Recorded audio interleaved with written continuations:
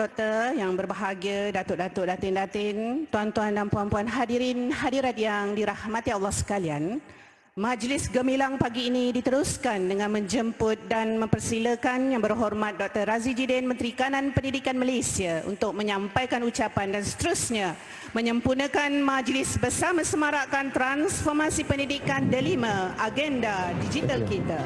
Persilakan.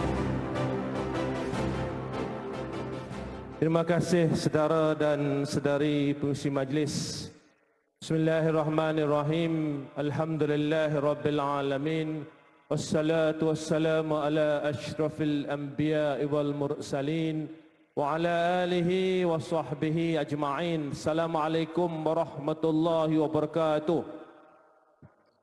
Salam sejahtera, selamat pagi. Yang saya hormati Datuk Fakhruddin, Timbalan Ketua Pengarah Pendidikan Malaysia, Rektor Dasar, Dr. Rafi, Timbalan Ketua Pengarah Pendidikan Malaysia, Bahagian Pembangunan Profesionalisme Guru, Dr. Norisah, Timbalan Ketua Pengarah Pendidikan Malaysia, Sektor Operasi Sekolah, Kepimpinan Pendidikan Cik Saiful, Timbalan Pengarah Bahagian BSTP, Bahagian Sumber dan Teknologi Pendidikan, saudara-saudari, tuan-tuan, puan-puan yang hadir pada majlis kita pagi ini.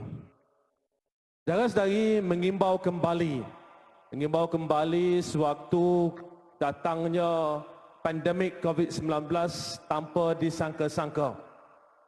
Pada waktu itu, saya sendiri baru masuk ke kementerian mengangkat sumpah sebagai Menteri Pendidikan pada 9 Mac 2020. Dan PKP dilaksanakan pada 18 Mac 2020. Kita duduk berbincang untuk memahami apakah yang ada di Kementerian Pendidikan dalam konteks home-based learning ataupun pengajaran dan pembelajaran di rumah.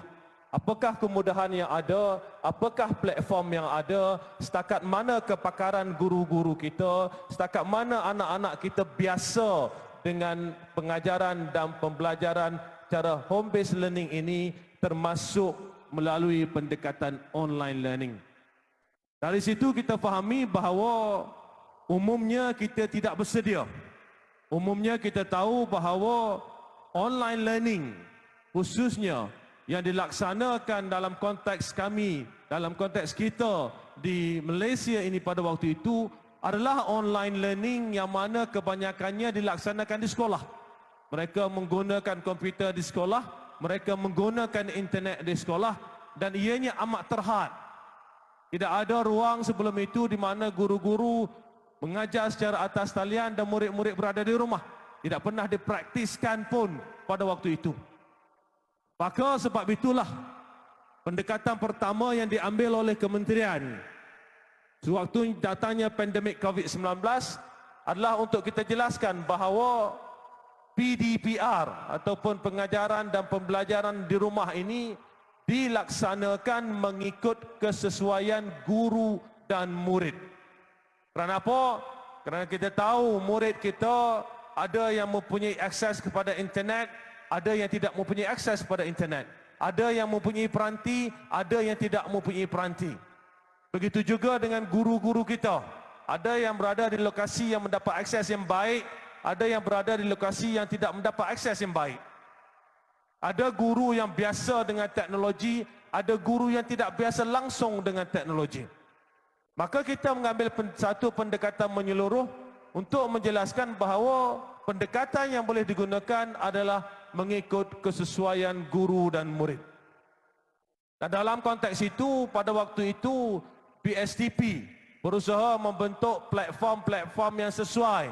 Nah, akhirnya pada seingat saya 15 Jun 2020, Ketua Pengarah Pendidikan pada waktu itu dalam satu webinar menyentuh tentang kewujudan delima.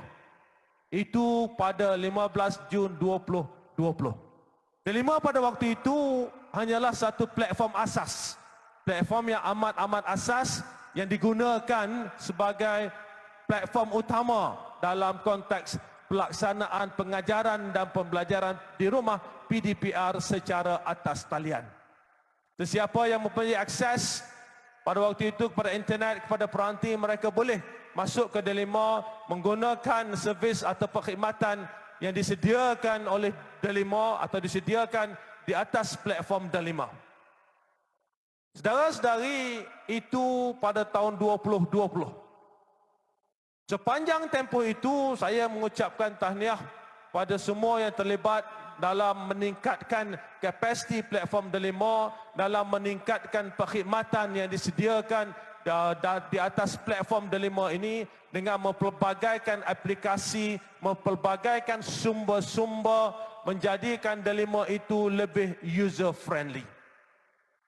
Saudara-saudari, di peringkat awal kita tahu bahawa ramai yang kekok, nak cari kat mana pun susah, nak masuk bahagian mana, nak tekan kat mana, nak pergi satu-satu pun susah. Pada waktu itu tak ada orang yang biasa. Namun dalam konteks apa yang kita lihat pandemik COVID-19 ini, walaupun ianya merupakan satu cabaran bagi kita, tapi pada masa yang sama kita lihat bagaimana adoption of digitalization among teachers and students during that time adalah jauh berbeza. Kalau sebelum datangnya pandemik COVID-19, penggunaan platform digital ini adalah amat minimum. Pada waktu itu, mana saya sebut, ianya hanyalah terhad pada pengajaran dan pembelajaran di dalam kelas. Namun begitu, selepas datangnya pandemik COVID-19, walaupun ianya satu keadaan yang sukar bagi guru-guru, satu keadaan yang sukar bagi ibu bapa, satu keadaan yang sukar bagi anak-anak kita, dan satu cabaran yang besar bagi kami di Kementerian Pendidikan Malaysia, namun dalam kesukaran itu kita lihat bahawa penggunaan teknologi pendigitalan dalam pendidikan meningkat dengan begitu cepat sekali. Sebab itu pendekatan kita di sepanjang tempoh tersebut adalah untuk kita pastikan bahawa momentum yang terbentuk sewaktu pandemik ini dapat kita terus lonjakkan dan tolakkan ke hadapan. Kita mahu momentum ini bukan sahaja dikekalkan tetapi ditingkatkan. Kerana apa? Kerana kita tahu bahawa suka atau tidak, dunia pada hari ini bersaing atas platform digital. Suka atau tidak, anak-anak kita perlu dibiasakan. Suka atau tidak, di luar sana terdapat pelbagai sumber yang boleh digunakan dalam pendidikan. Apa yang paling penting, yang mana yang boleh kita letakkan di atas platform Delima ini untuk digunakan oleh anak-anak kita dalam pembelajaran mereka. Saudara-saudari, jika kita lihat platform asal Delima, mungkin saudara-saudari sempat tengok, saya pun sempat tengok pada peringkat awal diwujudkan Delima ini, dapatkan satu password untuk kita lihat bagaimanakah keadaan rupanya Delima pada waktu itu. Kalau saudara-saudari pernah tengok pada waktu itu dan saudara-saudari bandingkan dengan apa yang saudara-saudari tengok pada hari ini, jauh beza dia. Jauh beza dari segi rupanya berbeza, dari segi perkhidmatannya berbeza, dari segi kemudahannya berbeza, dari segi aplikasinya berbeza, kewujudan AI dan sebagainya di dalam sistem, ianya menunjukkan bahawa kita di Kementerian Pendidikan akan terus bergerak ke hadapan dalam konteks pendigitalan ini. Saudara-saudari, minggu lepas saya bersama dengan kepimpinan kementerian dan Shell Malaysia sebagai contoh melancarkan program keselamatan jalan raya yang sebelum ini disediakan oleh Shell Malaysia di atas platform mereka. Dulu modulnya ada dalam platform Shell sahaja. Begitu juga dengan Nextplorer yang ada kat platform situ saja. Dan pada waktu itu siapa yang nak masuk dia boleh masuk, siapa yang tak nak masuk dia tak masuk, siapa yang tahu dia pergi kat platform, siapa tak tahu dia tak pergi. Dan kita lihat bahawa pendekatan itu mengurangkan atau memberi sedikit kekangan dalam konteks pemahaman ataupun minat student untuk memahami dengan lebih mendalam berkaitan dengan keselamatan jalan raya dan modul STEM yang digunakan.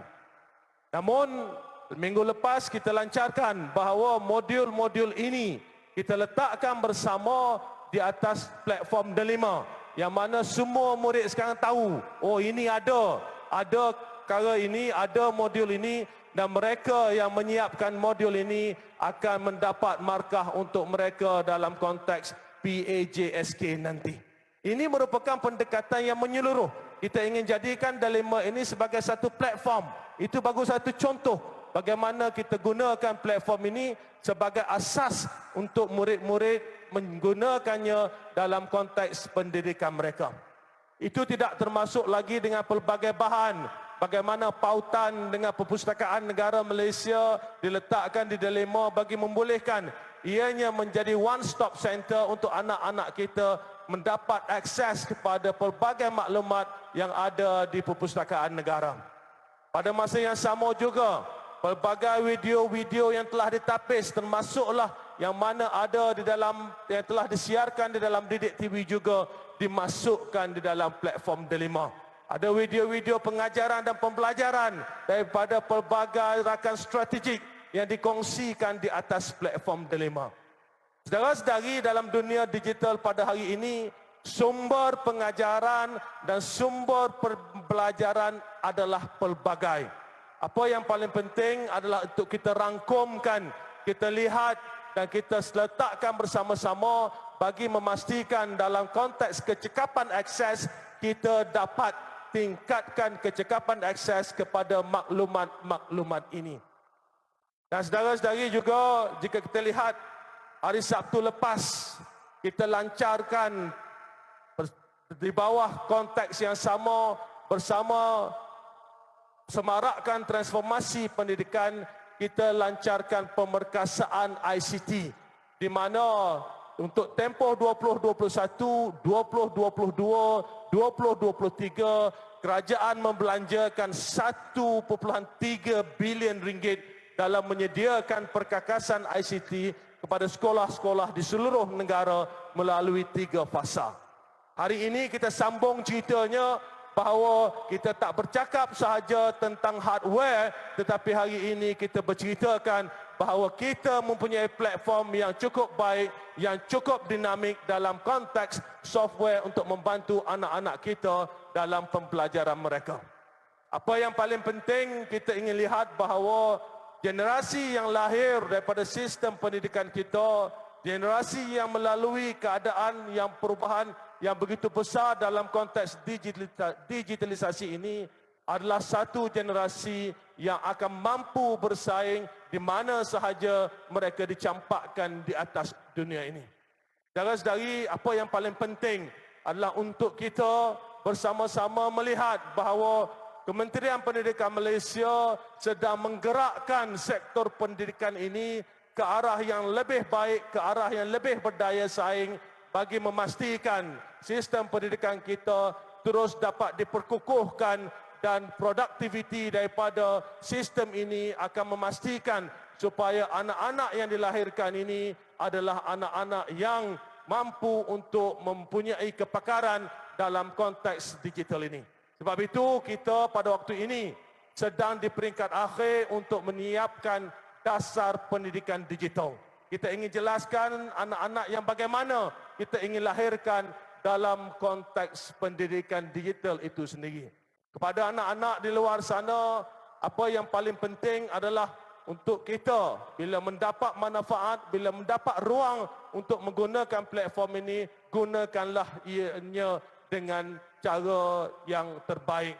Ini bagi memastikan kita dapat biasakan murid-murid kita dan pada masa yang sama guru-guru kita juga boleh menggunakan pelbagai pendekatan yang kreatif dan inovatif dan menggunakan platform ini sebagai asas untuk mereka bukan sahaja meneruskan pengajaran di dalam secara atas talian bila perlu, tetapi juga untuk mereka bersama-sama semua guru di seluruh negara berkongsi inovasi, berkongsi kreativiti, berkongsi pendekatan. Kerana apa yang paling penting, kita ingin lahirkan suasana di sekolah yang jauh lebih menyeronokkan. Saya doakan yang terbaik untuk saudara-saudari semua. Saya doakan yang terbaik untuk ibu bapa dan anak-anak dalam konteks pendigitalan pendidikan ini. Dan seperti mana saya sebutkan tadi, bahawa kami di Kementerian Pendidikan Malaysia terus komited untuk memberikan yang terbaik kepada anak-anak kita dan insya-Allah hasil daripada transformasi yang kita laksanakan pada hari ini, sekiranya kita bersama-sama mendukung transformasi ini, menyokong transformasi ini, kita akan lihat dalam masa yang terdekat insya-Allah sektor pendidikan akan jauh lebih baik, akan berubah menjadi lebih vibrant dan insya-Allah anak-anak kita akan melonjak sama dalam konteks potensi mereka untuk bersaing di luar sana. Sekian dengan lafaz Bismillahirrahmanirrahim, saya merasmikan kelima agenda digital kita. Terima kasih. Terima kasih diucapkan kepada Yang Berhormat Datuk Razidin dan mohon kepada Yang Berhormat Doktor untuk kekal di atas pentas untuk acara seterusnya dan majlis mempersilakan juga Yang Berbahagia Datuk Haji Pakarudin dan Cik Saful Hasnan untuk bersama-sama Yang Berhormat Doktor di atas pentas. Persilakan.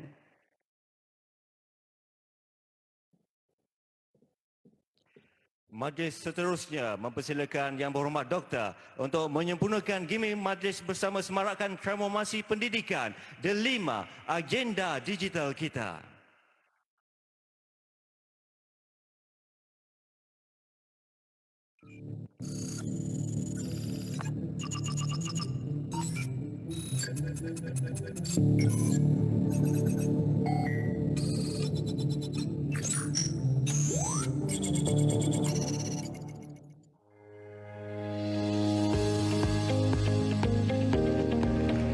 Kita beri tepukan yang gemuruh kepada gimmick majlis sebentar tadi.